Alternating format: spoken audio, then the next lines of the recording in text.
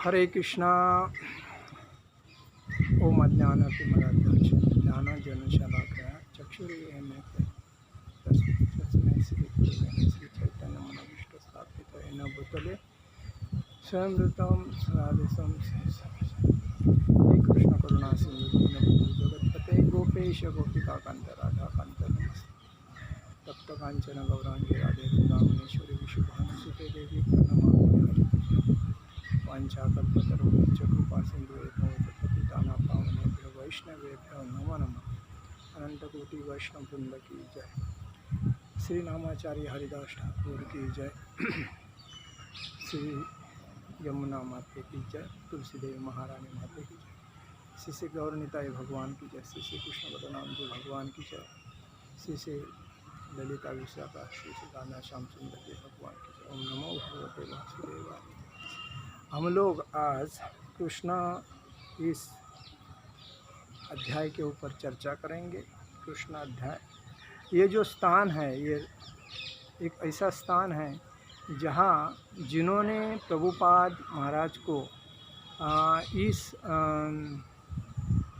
हरे कृष्ण महामंत्र के इसमें जो सपोर्ट किया है, और जिस देश में प्रभुपाद जो गए थे और उस देश में जिन्होंने प्रभुपाद को बहुत ही श्रद्धा भाव से पूर्ण स्वरूप से सपोर्ट किया, उन लोगों के ये स्थान है जहाँ इनकी समाधि है।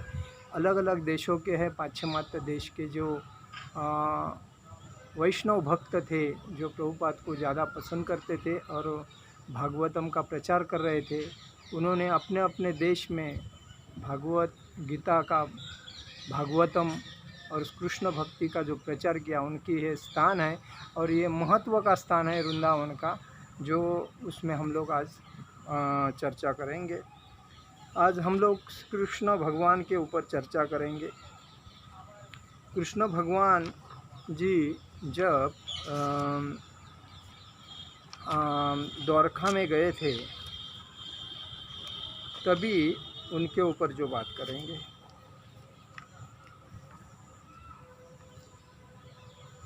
कृष्ण भगवान जी का महाराष्ट्र के एक वर्धा जिले में रुक्मिणी देवी के साथ विवाह हुआ था, और उन्होंने उसके पहले भी बहुत मतलब लीलाएँ की थी। जब जो रुक्मिणी देवी के साथ जो उनकी लीलाएँ हुई थी उसके ऊपर हम चर्चा करेंगे श्री कृष्ण अध्याय पे। जो रुक्मिणी, ऐसा है की रुक्मिणी से म्हणणे ऐकल्यावर भगवान श्रीकृष्ण अतिशय आनंदित झाले। त्याने लगेच ब्राह्मणाचा हात हाती घेऊन म्हटले, ब्राह्मण श्रेष्ठ, रुक्मिणी माझ्याशी विवाह करायला उत्सुक आहे। हे ऐकून मला फार आनंद झाला आहे, कारण मीही तिचा हाती घेण्यासाठी उत्सुक आहे। माझे मन नेहमी भीष्मकन्येच्या विचारात घडलेले असते आणि मी तिच्या विचारात असल्याने कधीकधी रात्री मला झोप लागत नाही। रुक्मिणीच्या मोठ्या भावाने तिचे लग्न माझ्याशी शत्रुत्व असलेल्या भावनेमुळे शिशुपालाशी ठरविले आहे, हे मला समजू शकते। म्हणून या सर्व राजांना चांगला धडा देण्याचा माझा निश्चय आहे। ज्याप्रमाणे साध्या लाकडाची मोडतोड करून अग्नी निर्माण करून त्याचा उपयोग करण्यात येतो, त्याप्रमाणे या असुरी राजाशी व्यवहार करून मी त्यांच्यामधून अग्निप्रमाणे रुक्मिणीला बाहेर काढेन।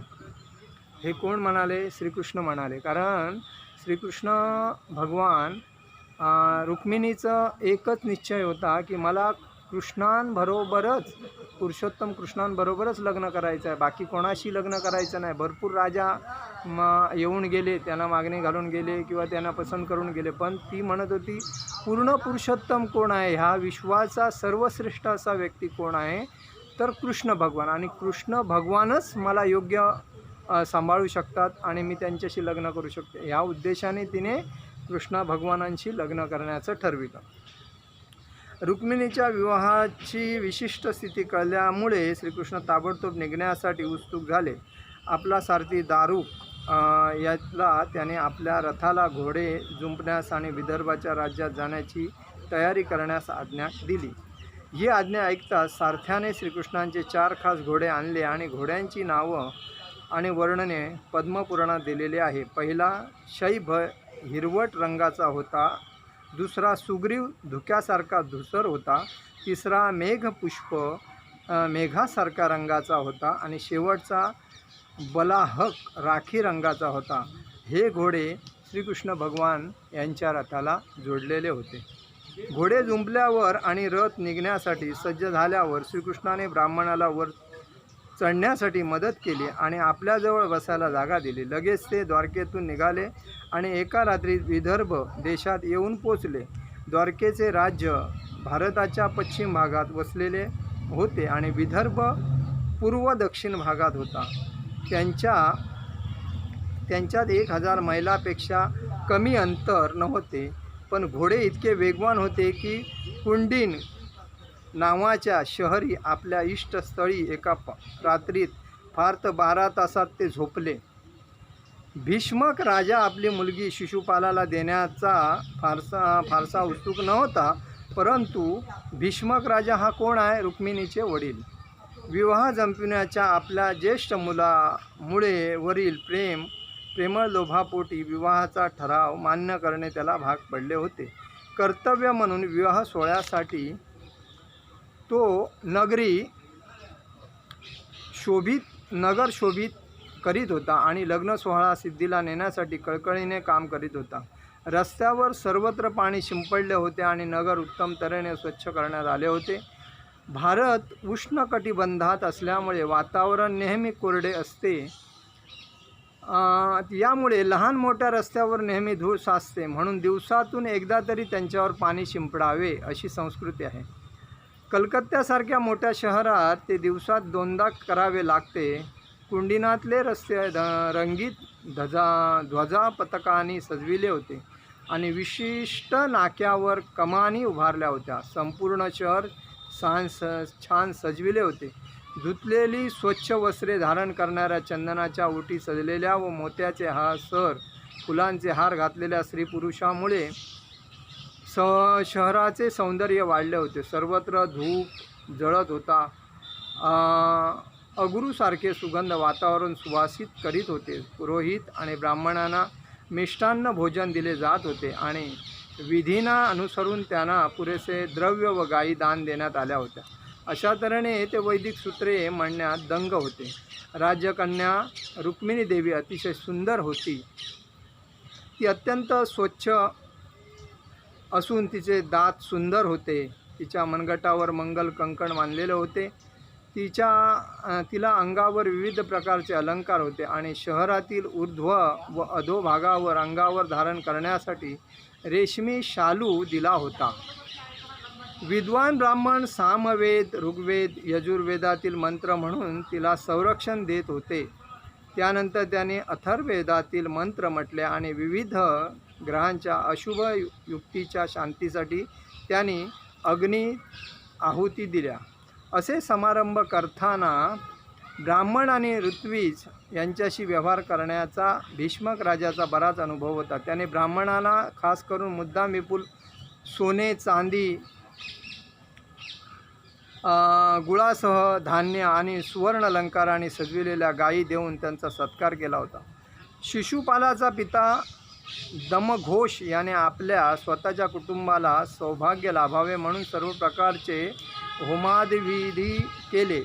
शिशुपालाचा पिता त्यांचा उद्दाम नागरिकांना तोडण्याच्या वरचढ क्षमतेमुळे दमघोष या नावाने ओळखला जाई. दम म्हणजे कह्यात आणणे आणि घोष म्हणजे प्रसिद्ध. दम म्हणजे कह्यात आणणे आणि घोष म्हणजे प्रसिद्ध या नावाने ओळखले जाई. दम म्हणजे कह्यात, तेव्हा तो नागरिकांना कह्यात ठेवण्यात प्रसिद्ध होता. दमघोषाला वाटले की जर श्रीकृष्ण विवाह समारंभात अडथळा आणण्यासाठी आले तर आपण त्यांना निश्चितपणे आपल्या सैनिकी सामर्थ्याने तोडून टाकू.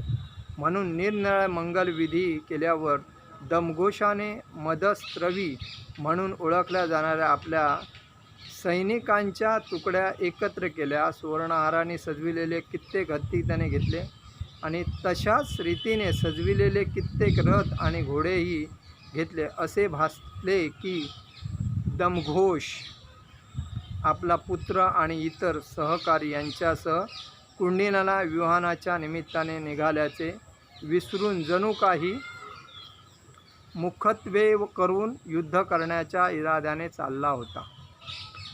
भीष्मक राजाला जेव्हा कळले की दमघोष आणि त्यांची मंडळी येत आहे, तेव्हा त्याने स्वागत करण्यासाठी त्याने नगराबाहेर प्रस्थान ठेवले.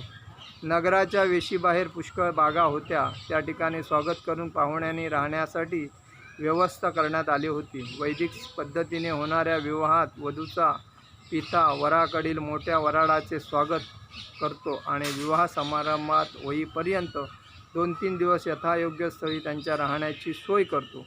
दमघोषाच्या पुढाकारासह असलेल्या मंडळीत हजारो लोक होते. त्यात उठून दिसणारे राजे आणि महत्त्वाचा व्यक्ती होता जरासंध. दंत वक्र, विदुरथ आणि पौंडुक.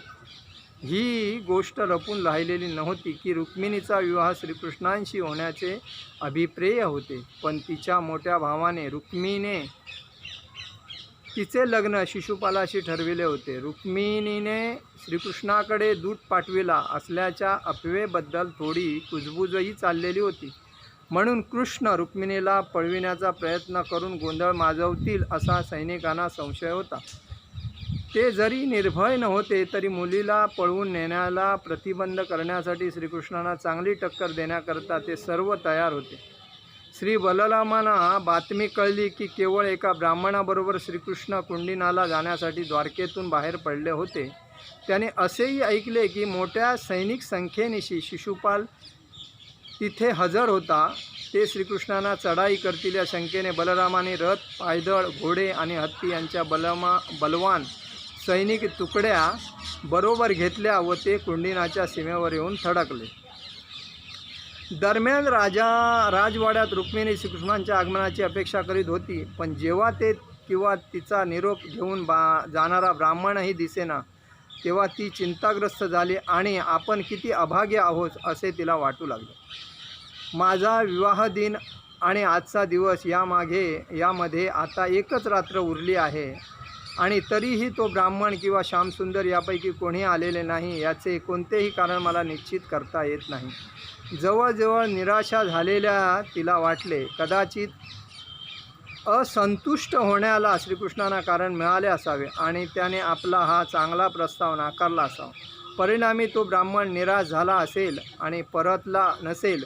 उशीर झाल्याच्या विविध कारणाबद्दल जरी तिच्या मनात विचार येत होते तरी क्षणोक्षणी त्या दोघांच्या आगमनाची तिला अपेक्षा वाटत होती. रुक्मिणीला आणखी वाटत होते की भगवान ब्रह्मा, भगवान शिव, देवी दुर्गा अशासारख्या देवता स्पष्टरुष्ट झाल्या असाव्यात. सामान्यपणे असे म्हणतात की यथायोग्य रीतीने पूजा केली नाही तर देवता रागवतात. उदाहरणार्थ, जेव्हा इंद्राच्या नजरेला आले की वृंदावनाचे रहिवासी आपली पूजा करीत नाहीत, श्रीकृष्णाने इंद्रयज्ञ थांबविला होता, तेव्हा तो अतिशय रागावला आणि त्यांना शिक्षा करण्याचे त्यांच्या मनात आले. तेव्हा रुक्मिणीला वाटू लागले की आपण भगवान ब्रह्मा आणि भगवान शिव यांची फारशी उपासना न केल्याने ते रागावले असतील, आपली योजना निष्फळ करीत असावेत. तिला वाटले भगवान शिवांची पत्नी दुर्गादेवी हिने आपल्या पतीची बाजू घेतली असावी. भगवान शिव रुद्र म्हणून ओळखले जातात. त्यांची पत्नी रुद्राग्नी म्हणून ओळखली जाते, जे इतरांना संकटमय स्थितीत लोटून त्यांना कायम रडवितात. त्यांना रुद्राग्नी ह्या शब्दाने उल्लेख होतो. रुक्मिणी दुर्गादेवीचा गिरिजा म्हणजे हिमाचल पर्वताची कन्या म्हणून विचार करीत होती. हिमालय पर्वत अतिशय थंड आणि कठीण आहे आणि तिला वाटते की दुर्गादेवी कठोर मनाची आणि थंड आहे. श्रीकृष्णांना भेटण्याच्या आपल्या उत्सुकतेत काही झाले तरी अजून बालिश असलेल्या रुक्मिणीला विविध देवताबद्दल अशा प्रकारे वाटू लागले. गोपी श्रीकृष्ण आपल्याला पती मिळावेत म्हणून कात्यायनी देवीची उपासना करतात, त्याप्रमाणे रुक्मिणी विविध प्रकारच्या देवताबद्दल विचार करीत होती. हे भौतिक लाभासाठी नव्हते तर श्रीकृष्णाबद्दलच्या आदरामुळे श्रीकृष्णांची कृपा लाभावी म्हणून देवतांची प्रार्थना करणे हे नियमाद्य नाही आणि रुक्मिणी श्रीकृष्णाविषयीच्या विचारात पूर्णपणे गढून गेली होती. गोविंदाची येण्याची वेळ अजून टळलेली नाही असा विचार करून जरी तिने स्वतःचे सांत्वन करण्याचा प्रयत्न केला तरी रुक्मिणीला वाटत होते की आपण अशक्याबद्दल आशा करीत आहोत. ती अश्रू ढाळू लागली आणि जेव्हा ते अधिक जोरदार झाले तेव्हा तिने असहाय्यपणे आपले डोळे मिटून घेतले. रुक्मिणी अशी खोल विचारात असताना तिच्या शरीराच्या अवयवात शुभ लक्षणे दिसू लागली. तिच्या डाव्या डोळ्याची पापणी लवू लागली आणि तिचा डावा बाहू आणि डावी मांडी स्फुरण पाहू लागली. जेव्हा शरीराच्या या अवयवात स्फुरण होते तेव्हा काहीतरी लाभदायक घटना होण्याची अपेक्षा करता येते असे दर्शविणारे शुभ लक्षण आहे. इतक्या काळाने ग्रासलेल्या रुक्मिणीला तो ब्राह्मण दूत दिसला. श्रीकृष्ण सर्व प्राणीमात्रांचा परमात्मा असल्याने त्यांना रुक्मिणीची चिंता कळू लागली.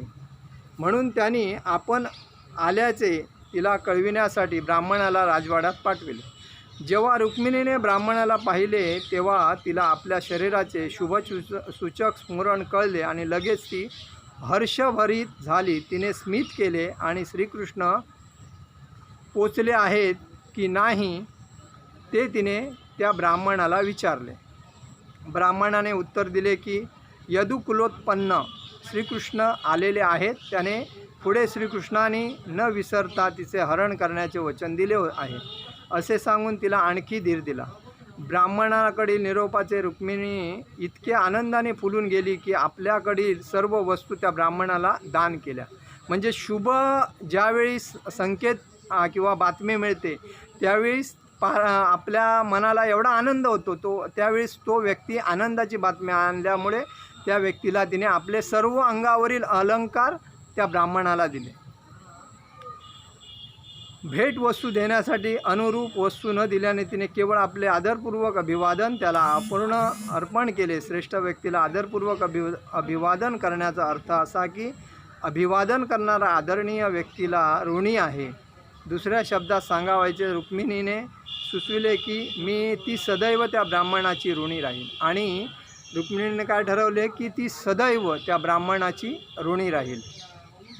या ब्राह्मणाला जशी लक्ष्मीदेवीची कृपा लाभली तशी ज्या कोणाला लाभते तो निसंशय भौतिक ऐश्वर्याच्या बाबतीत नेहमी सुखी होतो. भीष्मक राजाला जेव्हा कळले की श्रीकृष्ण आणि बलराम आलेले आहेत तेव्हा त्याने आपल्या कन्येचा लग्न सोहळा पाहण्यासाठी त्यांना निमंत्रण केले. लगेच त्याने त्यांच्या सैनिकासह उपवनातील सुयोग्य इमारतीत त्यांचे स्वागत करण्यासाठी व्यवस्था केली. वैदिक पद्धतीप्रमाणे राजाने श्रीकृष्ण आणि बलराम यांना मध आणि नवीन निर्मळ स्वच्छ वस्त्रे अर्पण केली.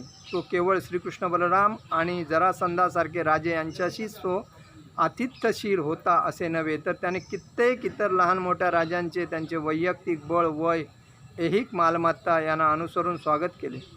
कुंडिनामधील लोक कुतूहल व औत्सुक्यापोटी श्रीकृष्ण बलरामांसमोर जमले आणि त्यांचे लावण्यामृत पिऊ लागले. अश्रुपूर्ण नयनाने त्यांनी आपले मुख प्रणाम समर्पण केले. भगवान श्रीकृष्ण रुक्मिणीला अनुरूप वर असल्याचे समजून ते फार संतुष्ट झाले. श्रीकृष्ण रुक्मिणीला एकत्र आणण्यासाठी ते इतके उत्सुक होते की त्यांनी पुरुषोत्तम भगवंताची प्रार्थना करायला सुरुवात केली. हे भगवंता, जर आम्ही केलेल्या पुण्यकर्माची तू संतुष्ट झाला असशील तर कृपा करून आमच्यावर दया कर आणि रुक्मिणीचा हात हातात घे. असे दिसते की रुक्मिणी अतिशय लोकप्रिय राजकन्या होती आणि तिच्यावरील दृढ प्रेमामुळे सर्व नागरिक तिच्या उत्तम सौभाग्यासाठी प्रार्थना करीत होते. दरम्यान उत्कृष्ट पोशाख केलेली आणि अंगरक्षकांनी संरक्षित रुक्मिणी राजवाड्यातून दुर्गादेवी अंबिकेच्या मंदिरात जाण्यासाठी बाहेर आली. मंदिरातील देवता पूजा वैदिक संस्कृतीच्या आरंभापासून अस्तित्वात आहे. भगवद्गीतेत वर्णन केलेल्या वेदवादरात असा एक लोकांचा वर्ग आहे. त्यात लोकांचा फक्त वैदिक होम हवनादी विधीवर विश्वास असतो, मंदिरातील मूर्तीपूजेवर नाही. अशा मूर्ख लोकांनी हे ध्यानी घ्यावे की जरी श्रीकृष्ण रुक्मिणीमधील हा विवाह 5000पेक्षा अधिक वर्षापूर्वी झाला तरी मंदिरातील पूजेसाठी व्यवस्था होती. भगवद्गीतेत भगवान म्हणतात, यांती देवव्रता देवान, देवाचे उपासक देवांच्या निवासस्थानी जातात. देवतांची पूजा करणारे पुष्कळ लोक होते आणि पुष्कळ लोक परमश्रेष्ठ पुरुषोत्तम भगवान श्रीकृष्णांना भजणारे होते. देवतांच्या उपासनेची पद्धत मुख्यतः भगवान ब्रह्मा, भगवान शिव, भगवान गणेश, सूर्यदेव आणि दुर्गादेवी यांना अनुलक्षून होते. भगवान शिव, दुर्गादेवी यांची उपासना राजकुळेही करीत असत. दुसऱ्या लहान सहान देवतांची उपासना मूर्खहीन स्तरातील लोक करीत. ब्राह्मण आणि वैष्णव यांच्या संबंधी बोलायचे तर ते केवळ परमश्रेष्ठ पुरुषोत्तम भगवान विष्णूची उपासना करतात. ब्राह्मण कोणाची? विष्णूंचीच उपासना करतात. भगवद्गीतेत देवतांच्या उपासनेवर टीका केली आहे, पण ती निषिद्ध ठरविलेली नाही. तेथे असे स्पष्टपणे सांगितले आहे की मंदबुद्धी लोकांचा वर्ग निरनिराळ्या प्रकारच्या देवतांना भौतिक लाभासाठी भजतात. उलट रुक्मिणी जरी संपत्तीची देवता होती तरी ती दुर्गादेवीच्या मंदिरात गेली, कारण तेथे कुलदेवतेची पूजा होत असते. म्हणून प्रत्येक क्षेत्रामध्ये कुलदेवतेची पूजा करणं महत्त्वाचे आहे. आज रुक्मिणी देवी ही लक्ष्मी आहे आणि लक्ष्मी असूनही ती दुर्गादेवीच्या मंदिरात गेली. दुर्गादेवी ही कोण आहे? भगवान विष्णू शिवभगवानांची पत्नी आहे, जिला आपण कालीमाता म्हणतो. तेथे गेली. प्रत्यक्षात उद्दिष्ट श्रीकृष्ण हेच असते, कारण भौतिक लाभ पुरविण्याचे सामर्थ्य देवतांना तेच देतात. भगवान श्रीकृष्ण हीच देवतांना सर्व सामर्थ्य देतात. रुक्मिणी मंदिरात जाण्यास निघाली तेव्हा ती अतिशय स्तब्ध आणि गंभीर होती. तिची आई, तिची सखी तिच्या बाजूला होत्या आणि एक ब्राह्मण पत्नी मध्यभागी होती. तिच्या सभोवती राजकुलाचे अंगरक्षक होते. भावी वधू देवतेच्या मंदिरात जाण्याची ही पद्धत भारतात अजूनही प्रचलित आहे. मिरवणूक जात असताना संगीताचे सूर कानी येत होते. नगारे, शंख आणि निरनिराळ्या आकाराच्या तुताऱ्या अशी वाद्ये जसे पणन, तुर्य, भेरी इत्यादींनी एकत्र असा निनाद केला. तो केवळ मंगल नव्हता तर श्रवणमधुरही होता. आदरणीय ब्राह्मणांच्या हजारो स्त्रिया हजर होत्या. या स्त्रियाने सुंदर पोशाख आणि अनुरूप अलंकार घातले होते. भगवान शिव व दुर्गादेवी यांची पूजा करण्यात तिला मदत करण्यासाठी त्याने रुक्मिणीला फुलांच्या माळा, चंदनाचे गंध आणि रंगीबेरंगी वस्त्रे दिली. या स्त्रियापैकी काही अतिशय वयोवृद्ध होत्या आणि भगवान शिव आणि दुर्गादेवी यांची स्तोत्रे कशी म्हणावी हे त्यांना उत्तम प्रकारे ठाऊक होते. तेव्हा रुक्मिणी आणि इतर त्यांना अनुसरित असताना त्यांनी देवतेसमोर स्तोत्रे म्हणण्यास पुढाकार घेतला. देवी दुर्गे, मी तुला आणि तुझ्या मुलांना माझे आदरपूर्वक प्रणाम अर्पण करते असे म्हणून रुक्मिणीने देवतेची प्रार्थना केली. दुर्गादेवीचा 4 सुप्रसिद्ध अपत्य आहेत. 2 मुले, संपत्तीची देवता लक्ष्मी आणि विद्येची देवता सरस्वती, आणि 2 प्रसिद्ध मुलगे आहेत, ते म्हणजे विघ्नहर्ता गणेश आणि राजा कार्तिकीय. ही सर्व मुले देव आणि देवी गणली जातात. दुर्गादेवीची पूजा नेहमी तिच्या मुलांसह केली जाते असल्यामुळे रुक्मिणीने मुद्दाम देवतेला तशा प्रकारे आदरपूर्वक प्रणाम केला. परंतु तिची प्रार्थना वेगळी होती. सामान्य लोक ऐहिक संपत्ती, कीर्ती, लाभ, बळ इत्यादीसाठी दुर्गादेवीची प्रार्थना करतात, पण श्रीकृष्ण आपले पती व्हावेत अशी रुक्मिणीची इच्छा होती आणि म्हणून तिने देवीला आपल्यावर प्रसन्न होऊन आशीर्वाद देण्याची प्रार्थना केली. तिला केवळ श्रीकृष्ण हवे होते, त्यामुळे तिने तिची देवतांची पूजा निंदेचा विषय झाली नाही. रुक्मिणी प्रार्थना करीत असताना देवतेपुढे विविध वस्तू अर्पण केल्या जात होत्या. त्यातल्या मुख्य होत्या पाणी, तऱ्हेतऱ्हेच्या आरत्या, धूप, वस्त्रे, हार, पुऱ्या व कचोऱ्यासारखे तुपात केलेले विविध प्रकारचे अन्नपदार्थ, तसेच फळे, ऊस, सुपाऱ्या आणि मसालेही अर्पण केले जात होते. वृद्ध ब्राह्मण स्त्रियांनी दाखविल्याप्रमाणे नियमांना अनुसरून रुक्मिणीने ते देवीला मोठ्या भक्तीने अर्पण केले. या विधीनंतर स्त्रियांनी उरलेले अन्नपदार्थ प्रसाद म्हणून रुक्मिणीला दिले व तिने अत्यंत आदराने ग्रहण केले. नंतर रुक्मिणीने त्या स्त्रियांना आणि दुर्गादेवीला नमस्कार केले. देवता पूजेचे काम संपल्यानंतर रुक्मिणीने आपल्या एका सखीचा हात धरला आणि इतरांबरोबर ती मंदिराबाहेर निघाली. विवाहासाठी कुंडिनाला आलेले सर्व राजे आणि पाहुणे रुक्मिणीला पाहण्यासाठी मंदिराबाहेर जमले होते. खास करून राजे तिला पाहण्यासाठी उत्सुक होते, कारण त्या सर्वांना खरोखरच वाटत होते की रुक्मिणी आपल्याला पत्नी म्हणून मिळेल. रुक्मिणीला पाहून आश्चर्यचकित झालेल्या त्यांना वाटले की सर्व प्रकारची राजांना चकित करण्यासाठी विधात्याने मुद्दाम तिला निर्माण केली होती. म्हणजे रुक्मिणी एवढी सुंदर होती व विचार करण्यासारखा आहे. तिचे शरीर सुडौल बांध्याचे असून मध्यभाग सडपातळ होता. तिचे गाल फुगीर, ओठ गुलाबी आणि चेहरा सुंदर होता. विखुरलेल्या केसाने आणि विविध प्रकारच्या कर्णभूषणांनी ते सौंदर्य खुललेले होते. पायात तिने रत्नजडित पैंजण घातले होते. रुक्मिणीची शरीरकांती आणि तिचे सौंदर्य जणू काही एखाद्या कलाकाराने थोर कवीच्या वर्णनाला अनुसरून उत्तम प्रकारे चित्रित केल्यासारखे चित्र भासत होते. 13-14 वर्षापेक्षा जास्त वयाची तरुणी नाही असे दर्शविणारा तिचा उरोभाग थोडासा उंच होता. विशेष करून श्रीकृष्णांचे लक्ष आकृष्ट करण्यासाठी तिचे सौंदर्य होते. जरी राजे तिच्या सुंदर शरीराकडे टक लावून पाहत होते तरी तिला मुळीच गर्व नव्हता. तिचे डोळे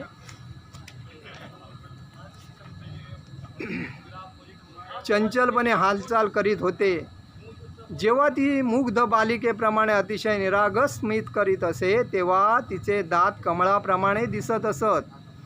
श्रीकृष्णाने कोणत्याही क्षणी आपले हरण करावे या अपेक्षेने ती अतिशय सावधान घरी चालली होती.